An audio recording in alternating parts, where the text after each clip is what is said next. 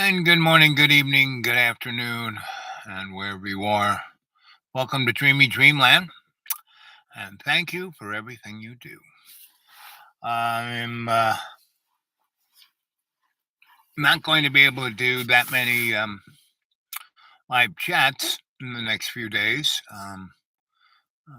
due to restrictions of many different things. And so um, we'll see how it goes, right? So, but somewhere between now and New Year's, I should be able to get a few in. But so early this morning, I was talking about death, right? And that death is not something that occurs, like a snap, unless you get in a car crash or someone shoots you. Even that death takes longer than most people think. And pretty much, if you're not down with death, you're not ready to have a life, right? And again, the unmentionable one is a great poster child of inability to have a life. Meaning he's been his last, oh, I'm so miserable video, all about his wife taking his kids. No, she was here. They got divorced in 2010. She left to Texas in 2000 and like maybe 17. You know, I was going by then, so it was around 2000. So, he the kids were there for 7 years, and he could have built a nice protocol of where they stay with him, you know, and then her and him and her and him and her, and but he didn't. In that 7 years, maybe I know the 3 years or 2.5 years that I was there, he only visited them 4 times, and they were only 6 miles away, staying in one of his parents' houses. And that's one of the reasons she was there was that she didn't have to pay rent, electric bill, heat, nothing. But her father came and brought her back to Texas. But, you know, the fact that he had done nothing with his kids for 7 years would put him in a deleterious position with the courts, right? So, um, everything that the unmentionable one's life that he read his laundry list of things is his own doing, right? And that is the fact of us all. Whatever terrible things have ever occurred to me, well, not really. From birth till about, let's say, 20, a lot of terrible things happened to me that I had, no real control over. But the response to it was quite amazing because I had about 8 different scenarios that where I got murdered. In first grade, a Nazi nun actually murdered me. And I again, Dr. Black brought me back to life. Um, I think either a little bit before that or a year or two after that, I was in Florida, and I again died in a Catholic hospital on Easter, and they were going to eat me. And my Aunt Gracie came in and saved me, right? And brought me back to viable health. I had a great time with my mom. The rest of my family left, and my mom and Aunt Grace stayed in Florida. And we just had 2 months of just the most fun, right? At the beach.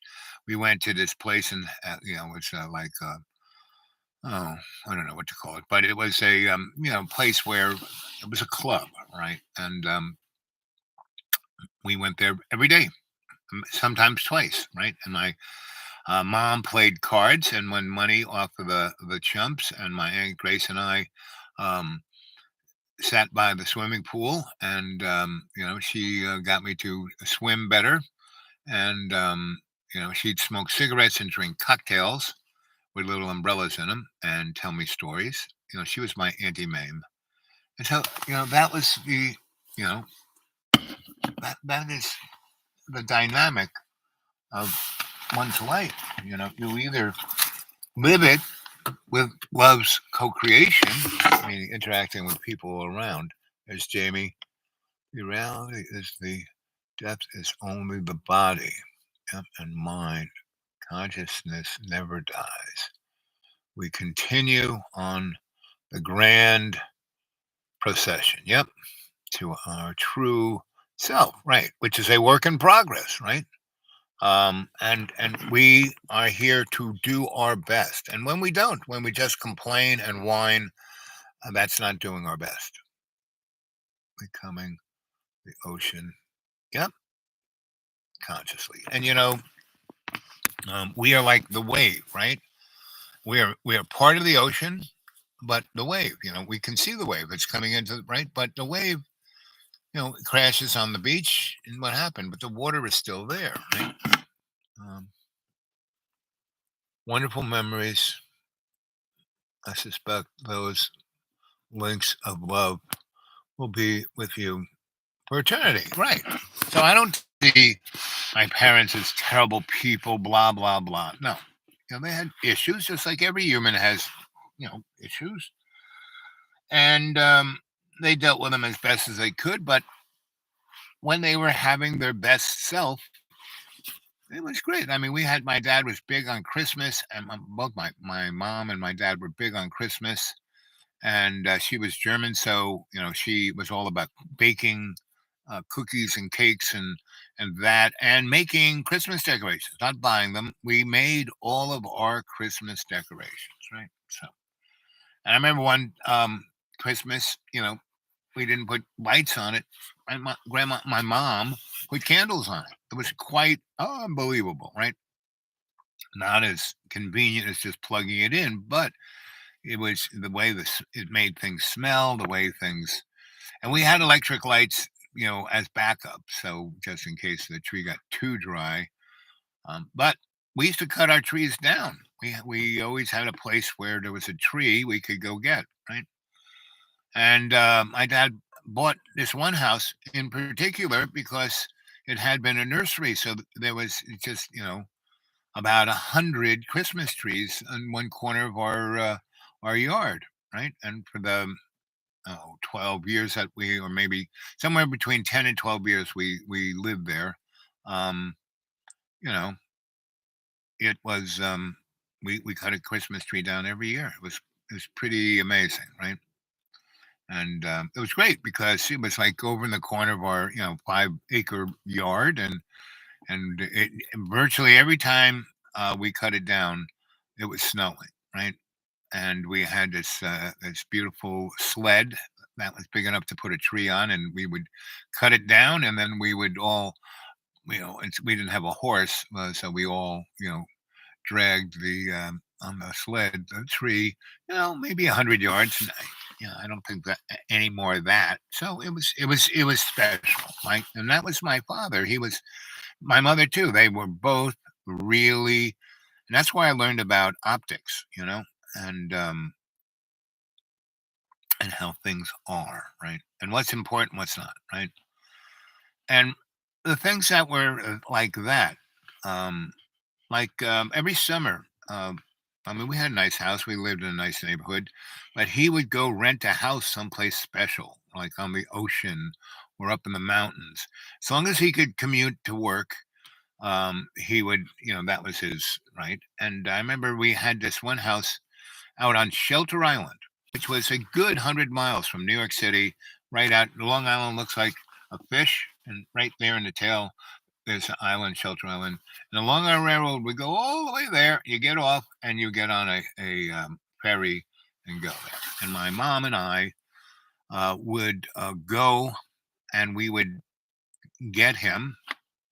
And before we got him there in that little town, there was a great ice cream shop, right? We get some ice cream for dinner, and she liked, I liked, she and I would split a banana split, and my dad liked Sundays. So he would have a Sunday, and we would get it just before the train would arrive. You could hear it whistling, and we would go get the ice cream. And so when my dad would get there, It was the amazing consistency he liked. It was still ice cream, still cold, still refreshing, all that, but it wasn't hard. It was creamy. It was the ice cream, and so and after being on that, train for like an hour, 3 hours to, he'd like 2.5 hours. I don't know how long it took, but it took a bit. I mean, it was the express because this was in the morning. It was the businessmen going to Manhattan, and in the evening the businessmen coming back from Manhattan. So it didn't stop at every stop, you know. And um, so my dad did stuff like that, and I remember we had this really beautiful house we got in. We didn't own it. We rented it for the summer, and it was in a place called near a place called Oldfield. And again, it was right on Long Island Sound, and but the house itself was like it was part of an estate. So it wasn't a big house, but it was a big house. It had like 5 bedrooms and a gigantic living room that had these sliding glass doors that weren't like, but they just like click, click, click, click. So when you did that, that whole wall facing this beautiful um, lawn, right? Gigantic lawn, flatter than flat. My dad liked it because he could practice his golf, right? He could do, it was a good 100 yards from one end to the other, and he could, do the driving, and the lawn was so amazing, like a golf course, that he could practice getting, landing a ball on the green. So anyway, my my dad was a real athlete, right? I mean, real. I'm a professional athlete. When he was in high school, college, he was like in the newspapers, right? And so he was athletic up until he was in his 70s. When his eyesight started to go and his other things started to go, he couldn't be because he did not just try; he had to dominate. So um, when he could do that, he didn't. He just went to reading books. And so that last 20 years of his life, my father and I read loads of books together, and we'd talk about the books. There's so much enjoyment when you do something like that. My brothers and sisters, not really.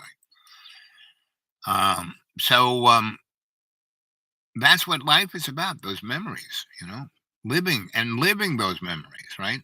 And and not when I was in sixth grade, they made fun of me, but I was fat. I mean, if that's the only memory you got, you're in hell, you know? My wife took my children away from me. Well, that's not true because you abandoned your children, right? So, because I had a friend of mine, musician, and he was relatively successful in what he did. And he was married, and he had this wife, and she was French, and they had kids, and at a certain, she didn't like he was away half the year, and she was swearing that he was like, kicking boots with every chick he could find. And I don't know if it was every chick, but he was trying to be relatively monogamous. I knew him pretty well. Anyway, she just wanted to, change her lifestyle. So she picked up the kids and went to France. I mean, he was out on tour and he came back and she didn't say, "Oh, I'm leaving." She just wasn't there. And the kids, where to go? And they're in France, right? So what did he do, right? And they weren't really divorced. He just went to France. And because she was a citizen there, and those kids had French passports, right? She got them French passports. And her father was a pretty well-to-do guy, so they lived in this town, they had a nice place, da da da. Da. And so, he said, "Well, what should I do?" And I said, "Well, there's only one thing you can do. You need to go to France, right? And not fight her, but do something extraordinary, right?" And I talked to a lawyer friend of mine, and he said that it's all about, I mean, law in every country is different. So basically, my friend said if he went to France and got a place to live in France, right, preferably right near where she is living, and didn't hassle her, just put himself so the kids could come visit him, right? Because they were already kind of teenagers. The oldest, I think, was 14. And so, you know, what he did was he went there and he got his agent to book him in Europe so he could, you know, still make a living and work on building a following in Europe. And he got himself a what do you call those things? A bus that you can live in. Um, and so he went to the town where he was, and he had all the legal papers showing who and what he was, and married, and these were his kids, his the birth certificates, and that she just left. She did not do the proper legal dynamic, right? And he had all the French laws of what that would have been or should have been, and what his what he had to ask for access. Anyway, so he went down there and he said, "Listen, here's where she lives, and right here is an RV, RV kind of place, right? And I'm going to park my car, and those kids walk from their school right by this RV park, and I'm going to park my car as close to the access to it, and so they can see the RV. And I'm gonna just sit out on the lawn there, and when they walk by, I say, 'Hey,' and they go, 'Daddy,' right? And then they'll come and see where I am, and you will know all of this, right? And so when she calls and starts screaming and yelling, you can come and tell her, what you, the authority, police, she can't just, demand this, out of the other thing, because this is the law, the French law, and this is what it is. Your husband is totally towing the line of it. So what happened was he stayed there for a year, and every time he went on a gig, he just drove his little RV to the gig and, you know, performed and came back. And he got there in the spring, and by fall, she had realized that, okay, this, he is not, you know, screwing around. I see him, I see what he's doing. He's right there. I see him performing. I see what he's up to. His kids go to his shows. He takes them on the road when he's a good father. He's doing a great job. Okay, we can now go to the French law system and work out our agreement, and they did, right. And so, bottom line, they worked out an agreement where they basically, shared the kids. And since he lived like just down the street, it was very fluid, and it got better and better. And then she met a guy, and that was cool. And now they had an extended family, and he met a girl, and now they had this extended family, and it still is now they're best of friends. They have kids with these other people, and they have this big loving family, right? But that's because this guy didn't get all upset and go, "Ah." He was the decider. He took action, and he did the appropriate action, right? The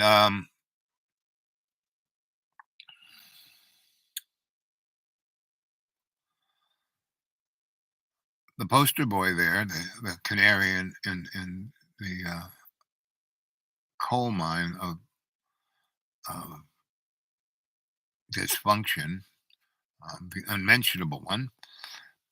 He's all about. He's got the four N's.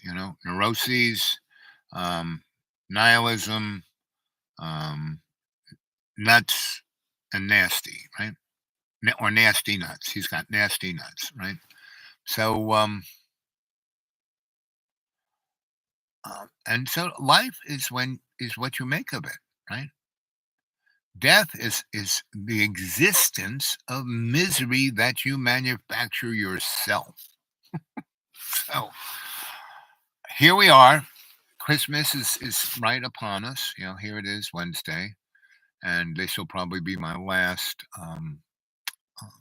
thing, because this guy's going to show up here, and I can't just be in his house when he's here. So um, that means I have to go further afar to get a hold of you. And when I'm out and about, like I did this morning, I was here, but you saw where I was kind of loud and noisy. I don't know how the show was, but I hope you enjoyed it. Um, and so, I myself have died many, many times, 7 times, right? And where I had the, floating above my body, looking down there, having the life review, all the above, right?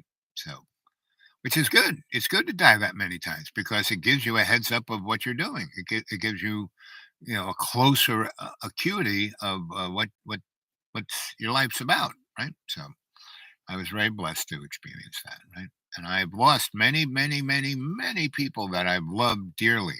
About 50. I have lost 50 people who I loved dearly, right? Who were, real friends, people I loved, not just acquaintances, not just friends, people I loved. I lost 50 of them. And all of them, I was with them when they died. And more than 30 of them were people who died of AIDS in the late 70s, early 80s, when people like, if you had AIDS, people, oh, you were like a leper, right?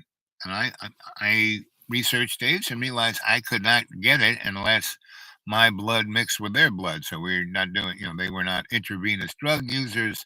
There was no way. So I could take care of them. And I did, you know, and I had loads of fun. I mean, one of the major things I did with these folks, because they were my friends and we would party, we would do all kinds of things before they got sick. So I made sure we continued to do all the things that made them happy until the day they died. You know, virtually every friggin' one of them it would get worse and worse and worse. But I kept getting them out of bed and walking and going to the park and going to movies and going out dancing and having cocktails and smoking herb and going to fine restaurants and all the things they loved, theater, you name it, right? And once, especially the theater community that they were part of, and I was too.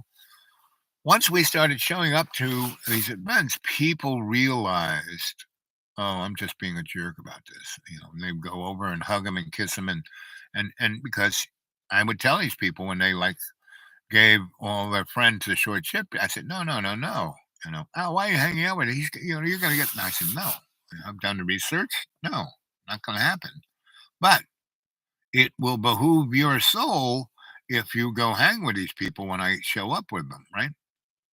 So they did their homework and they realized that was the case. So that's having a life.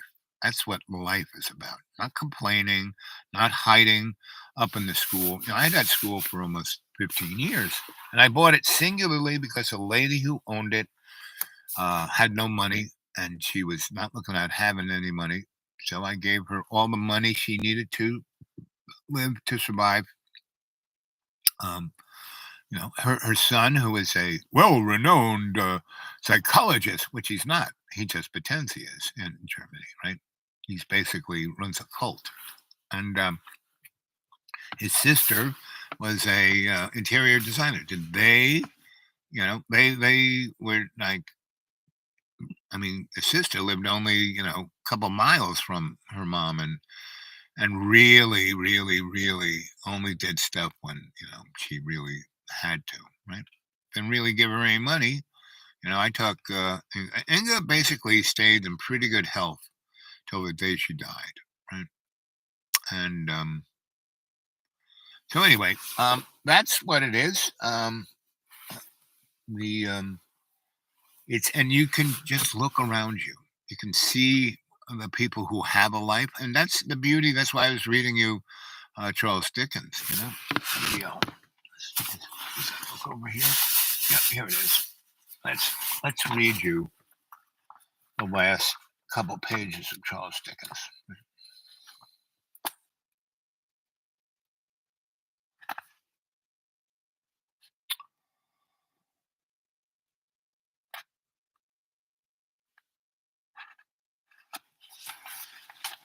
"I don't know what day of the month it is," said Scrooge. "I don't know how long I've been amongst the spirits. I don't know anything. I'm quite a baby. Never mind, I don't care. I'd rather be a baby. Hello. Whoopee! Hello. here in my life of love's co-creation. That's Dickens, you know. He was checked in his transports by churches ringing out uh, the lustiest peals he had ever heard. Clash, clang, hammer, ding dong, bell, bell, bell, dong, ding dong, hammer, clang, crash. Oh, glorious, glorious. Running to the window, he opened it up and put out his head.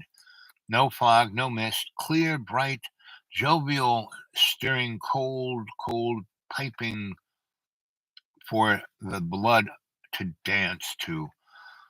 Golden sunlight, heavenly sky, sweet fresh air, merry bells. Oh, glorious, glorious. What's the day? Cried Scrooge, calling down to a boy in Sunday clothes, who perhaps had loitered in to look about him. Eh? Returned the boy, with all his might of wonder. What? Today, my fine fellow, said Scrooge. Today, replied the boy. Why, Christmas Day. It's Christmas Day, said Scrooge to himself. I haven't missed it. The spirits have done all their work in one night. They can do anything they like. Of course they can. Of course they can. Hello, my fine fellow. Hello, returned the boy. Do you know the poulterers, the guy selling birds, in the next street but one at the corner? Scrooge inquired. I should hope I did, replied the lad. An intelligent boy, said Scrooge. A remarkable boy. Do you know whether they would have sold the prize turkey that was hanging up there? Not the little prize turkey, but the big one. The one that is as big as me, returned the boy. What a delightful boy, said Scrooge. It's a pleasure to talk to him. Yes, my boy. It's hanging here now, replied the boy. Is it? Said Scrooge. Go and buy it. What? Fuck off, exclaimed the boy, meaning screw you. No, no, no, no, said Scrooge. I'm in earnest. Go and buy it and tell him to bring it here that I may give them the directions to where to take it. Come back with the man and I'll give you a shilling. Come back with him in less than 5 minutes and I will give you half a crown. That means like maybe $100, right? And the boy was off like a shot. He must have had steady hand at a trigger who could got that shot off half as so fast. I'll send it to Bob Cratchit, whispered Scrooge, rubbing his hands and splitting with laugh. He shan't know who sent it. It's twice the size of Tiny Tim.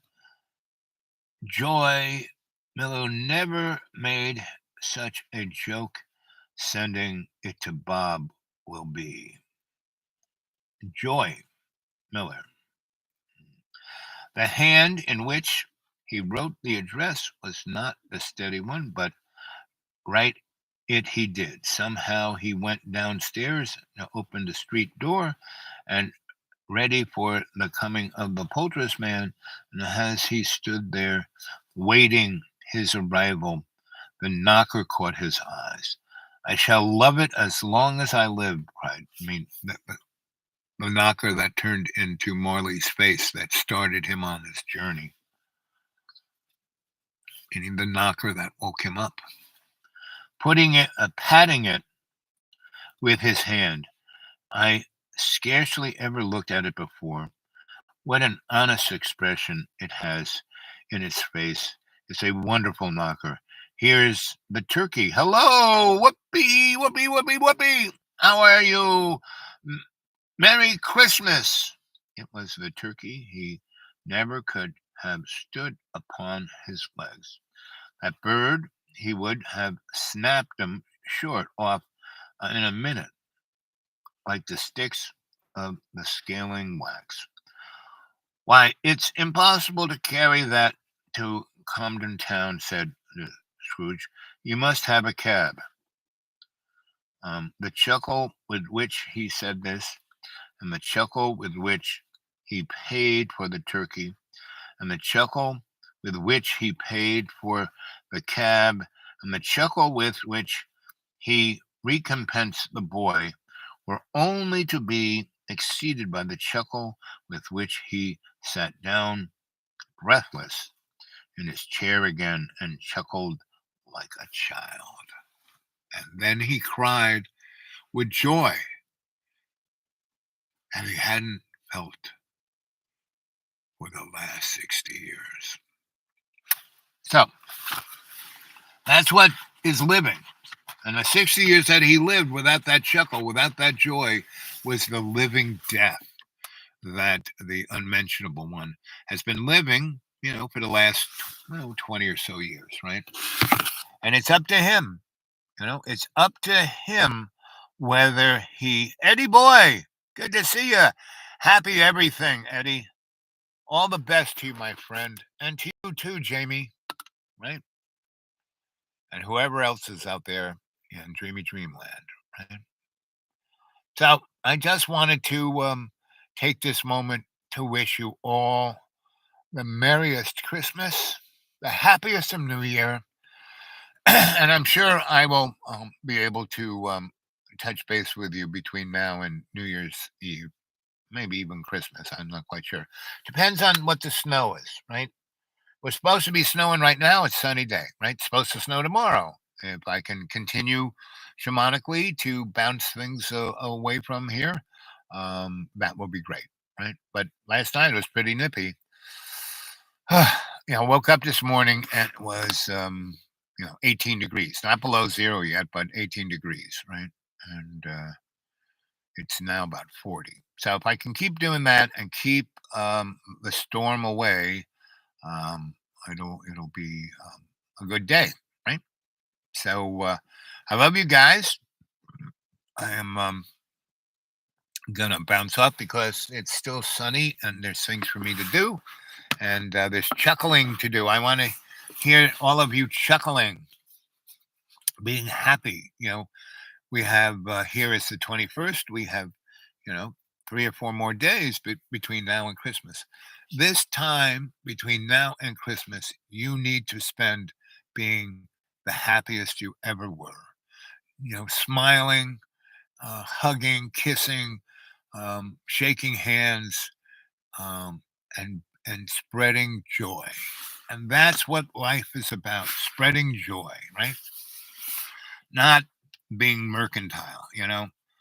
Saying God and Jesus, God and Jesus, God and Jesus. That's more like an advertisement. That's like, if I say it enough, I'll go to heaven, no matter how crappy I am, no matter what I do. I just keep saying, no, sorry, that's not it. It's the smiles.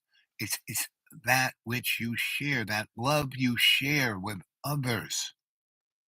Not when you think of something stupid and you cackle, not when you think of a person suffering and you cackle, not when you make fun of someone and you cackle. No, no, sorry. You need to spread this joy, right?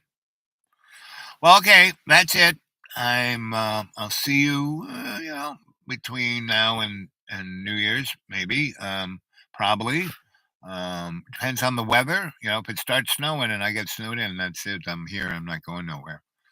I pretty much got all the food I need. I've got everything prepared, for whatever happens. And, I just experienced a miracle on Monday. I got a tank of gas from my stove and it weighed about 60 pounds. And I put it in the back of my car where the hatchback is.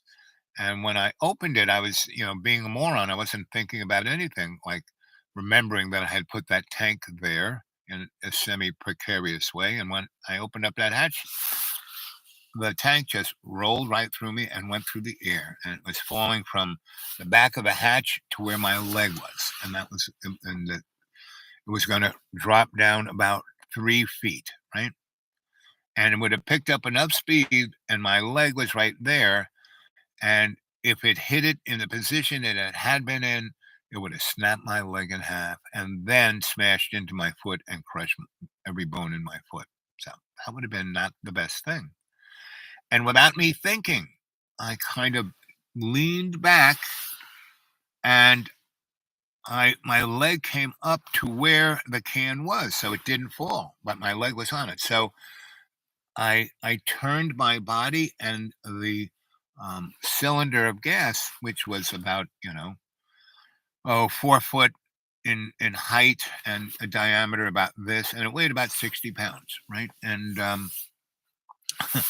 I basically rolled it off my leg, and it came to rest on the concrete pad on its base, not on its side. It was heading to like snap my leg off and then tip onto the metal edge where the gas pump was, and probably um, could have either broken off the stem, which would allow the gas to escape, or dented the canister and had the gas um, you know, escape.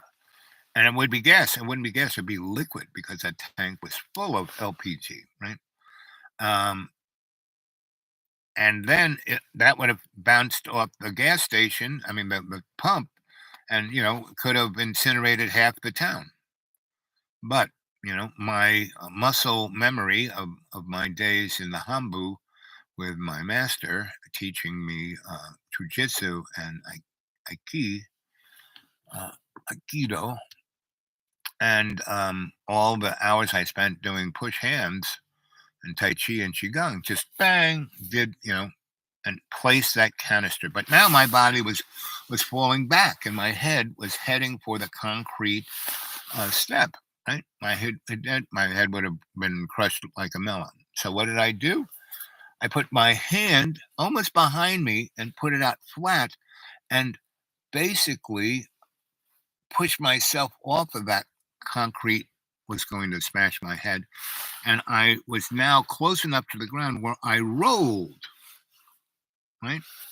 And came to a stop. Now, there were all these people pumping gas. And as I was falling, I was seeing their face like, you know, and two out of the however many people were there, but probably more than six people, but two came over and said, sir, are you all right? Right. And I'm like lying on the ground. I go, oh, let's see. I'm gonna roll around here. I see, no, well, I don't think there's anything broken.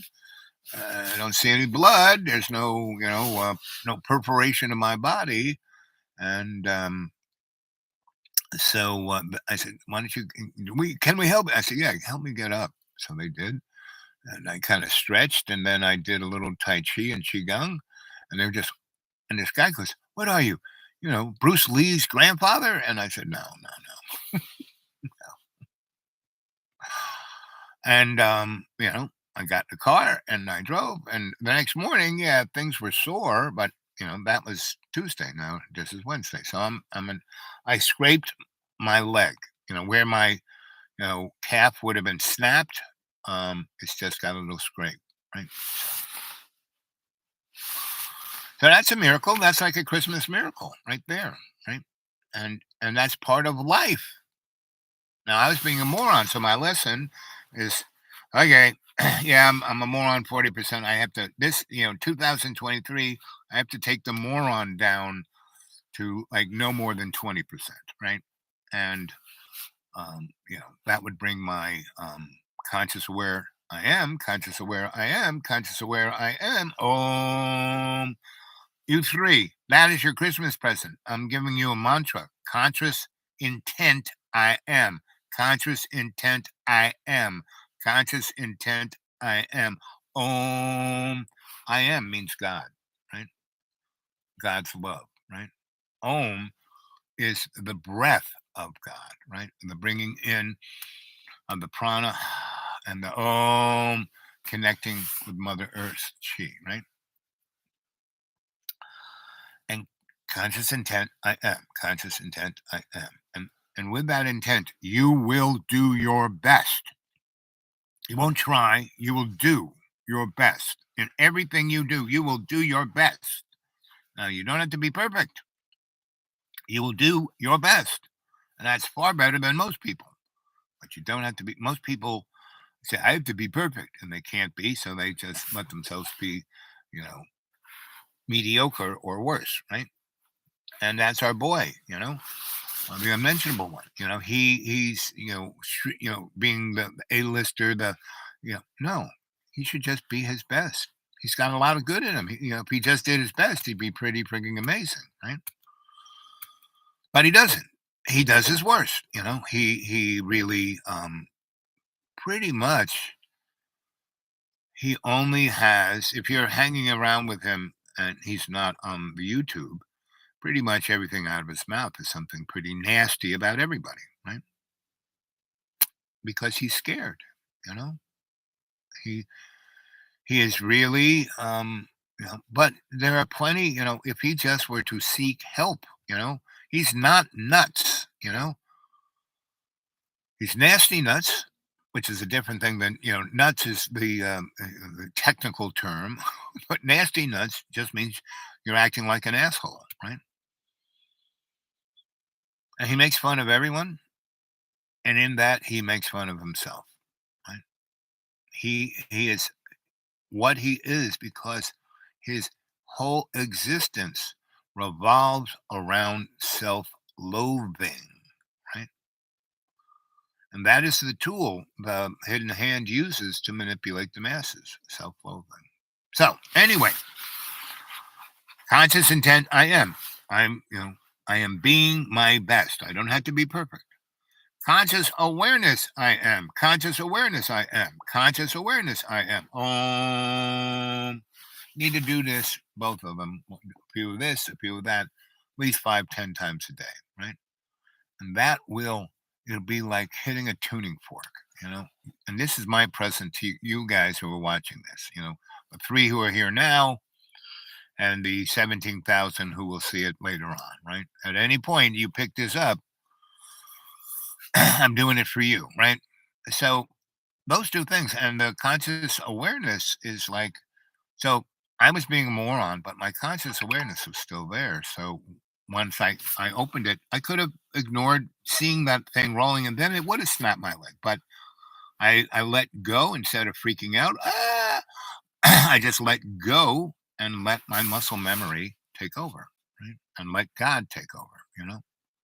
There's a great song about this woman who's leaving her house with her baby, and she's crying, and there's a big storm, and she loses it, and she knows, like she had a big, argument with her husband, blah blah blah blah blah blah blah, and she's on the road, and she knows she's going to die, right? And so she just lets go of the steering wheel and said, "That's it, God. I don't have control anymore. I have no idea. I'm handing it over to you." My conscious intent and the conscious awareness is you handing your life over to God, love's co-creation, and that's when you're becoming the decider and you're the co-creator, right? And that's what life is about. Death is not, morte. No, death is what the unmentionable one is experiencing right now. Death is what the unmentionable one does every time he does a YouTube.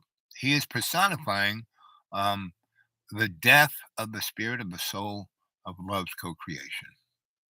Even though he says, God and Jesus, God and Jesus. Oh, look, the phone is magically, it wasn't working. No, it stopped working. Let's see. Who was that? Don't know. So that's it. I gotta go. What time is it?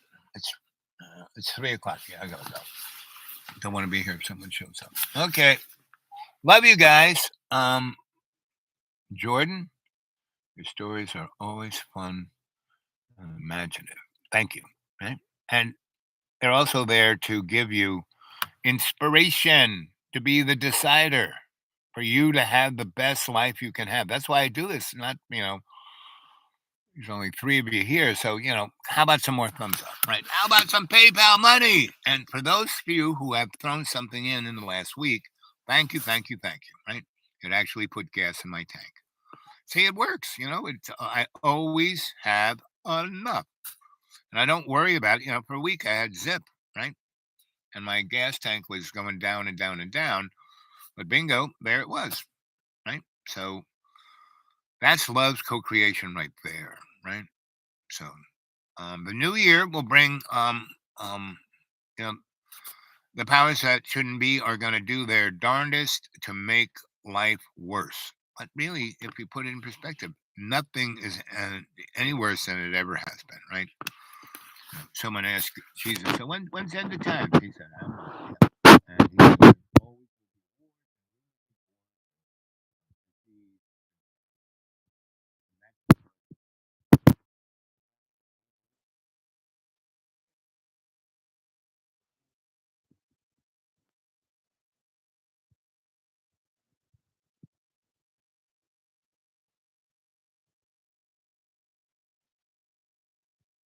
So I live in a world of abundance on $400 a month. That's for everything. So I look forward to hearing from you again. Send me, get a hold of me, talk to me at the dude awake 42 at Gmail. I have 100 what I call my adepts. The cadre are you guys who talk to me on the live chat, and that's very fine. That's the community, right?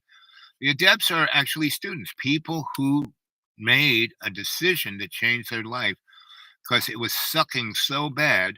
And more than half of those folks were on the edge of killing themselves, right? And they stumbled onto me, first on Johnny Boy, and then for some unknown reason, I ended up in their feed, right? And they just clipped it and saw me telling a story. So, um, so they're my adepts. So they're people who actually, decided to change their life, decided to listen. Um, I mean, you guys listen. You guys get a lot out of what I do, and that's why I do it. But they actually, read books. We talk about things, and they go off. Like I just gave you guys a gift, right? A mantra, right? And I've given all these guys mantras and exercises and visualizations and done private meditations and visualizations with them. Things that you go online, people want to charge you $1,000, and I just do it because I'm your sensei Al Bob here. You're a griot to tell you a story, and because that's I am here at this time from this. I got 11%. I think I've in the last since I died. I'm sure I have done because I've done some pretty amazing things. And my little miracle on Monday is kind of a sure bona fide of okay, I'm doing the job. Because if I wasn't, it would have snapped my leg like a twig. It would have crushed my foot, and that would have been the end of me, right? Because my body is not in the best of shape.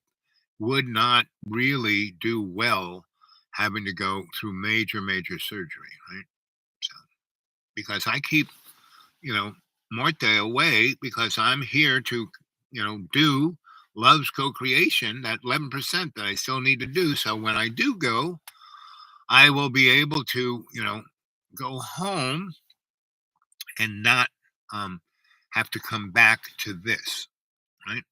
When I do, I'm not done with my experience of life. And when I'm reincarnated or brought back to whatever the heck I'm going to be, I will have ascended like a little bit, enough to be more aware, right? The life before this one, I did a pretty good job, so I got to get to be this one, right?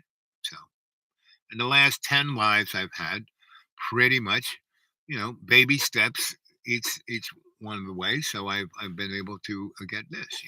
So that's what it is. If I can, if I'm out and about, if the weather stays as good as this, um, you know, it'll be great. If you guys, so you sent me some money, so I have enough to put gas in. I did. I filled up the tank with gas, and so if the weather is good, I can go to a restaurant or two on the YouTube, right? So And the trolls still come and bother us on the thing. And basically, I was thinking about this last night. This is the last thing I'll say on this show here. The trolls are people who are just asking for our love, right? And when they're annoying and they try to disrupt or any of the above, um, you know, I'm still a human being. I still, can, I'm 40% a moron. So I can still be annoyed, but, I don't get all upset, right? So I've evolved to that spot where I don't get upset.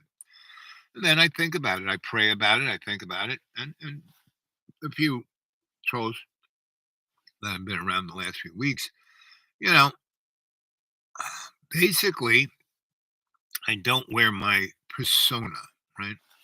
Um, that the state calls me, right? They know who it is. The state knows everything. If you're on social media, you're like putting a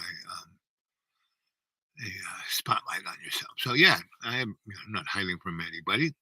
But when I tell you a story, I am your sensei, Al Bob, right? Your griot, right? When I'm teaching you, I am your sensei, Al Bob, right? I'm not a person who is looking to be an A-list or famous or any of that. No, I've been infamous. I've been famous. I've been well-to-do, well-heeled. I've done all of those things. The statement that Samuel Clemens said, he's a man who was poor, wanting money. He was a man that had unbelievable wealth and wanted love. He was a man, who found love and wanted notoriety. And then he was a man who had all of the above, but lost those closest to him.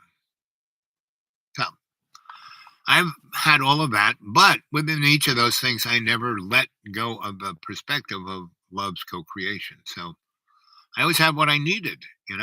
And when I needed to have money so I could give it to people like Inga so she could live another 6 years and I could take the responsibility of the school away from her or lift it off her shoulders, um, I did. And basically I kind of was just holding it in limbo and basically I because it was a very sacred place, right? And I realized that because my mama dog showed it to me, right? And so I, became the anthropologist that I was trained to be, and found the sites, and then went to energetic alchemist that I am, and brought that energy back out into the world, and then the shamanic um, student I am, I use that to tweak it up, right? Just like here, you know, around here, it's like super duper. It's way more than what the hill is, right? And it's sad because it's around me all the time, and it's always doing little. It's like a trickster. It's always doing little funny things. Like it, I'll lock the door, right? And as I'm locking the door and then going away, and then I come back, I remember seeing, this glove or this tool or this flashlight inside when I locked it. Oh, there that is. Okay, I remember. Good. That's where it is. And then I come back the next day or that afternoon, and I will find that thing that I said, oh, there it is. And I'll remember it's in here. And now it's on the outside on my kitchen counter.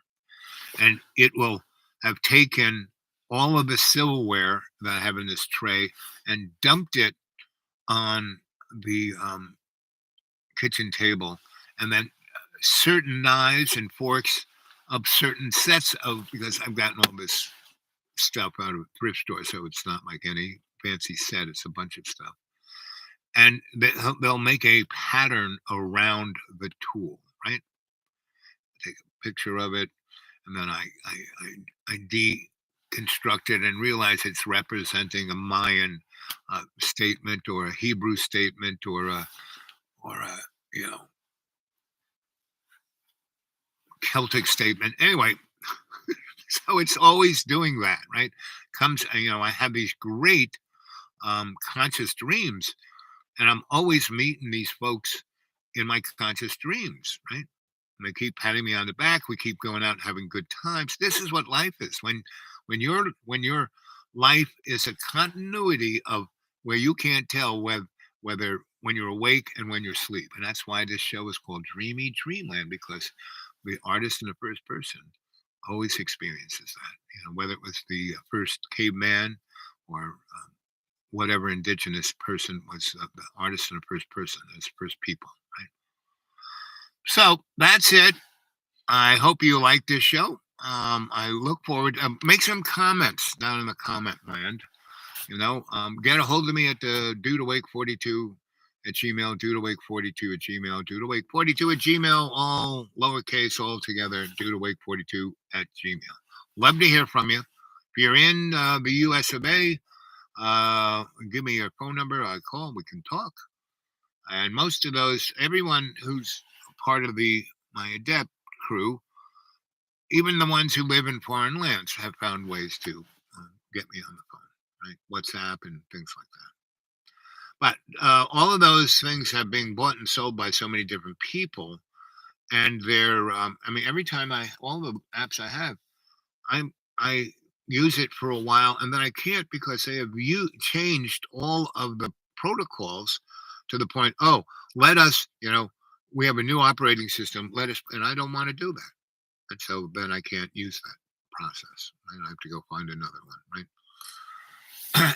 And I would say in 2023, what we're going to see is more of the same, more war, and more vivid war. I wouldn't be surprised if the Balkans, that's part of NATO, gets involved, right? And it expands, right? Because, the powers that shouldn't be, basically want to, just finish Russia off and turn it into Disneyland, right? I don't think there will be all out nuclear war. There might be a nuclear exchange, and whatever city gets nuked will be the city that the power structure wants to get rid of, right? And that could be almost anywhere. Could be London, could be New York, could be Cincinnati, could be almost, who knows what deciding process these morons have, but that's it. And it will push the population, the whole thing about inflation and depression will rear its head. It already has. It hasn't never not been here. It's what the media reflects on that you notice, right? But the internet is going to go away. The backbone that DARPA built is going to be there. That's a military thing. But the World Wide Web, and it'll be replaced. Why did a moron boy Musk buy Twitter? Because he's going to use that as his channel on his new Musk internet, right? He's got all those satellites. He's going to give everyone a phone in the world, and you won't need to have a Wi-Fi because there'll be a satellite right over your head, right? Bingo. So that's what I see for 2023, right? And also maybe the thing of the aliens showing up and saying, "Okay, kids, you messed it up enough. We're going to take over here." Right? Something, very Roddenberry. The Vulcans, the vegans will show up. So anyway, I love you guys. Stay tuned. I'll talk to you later.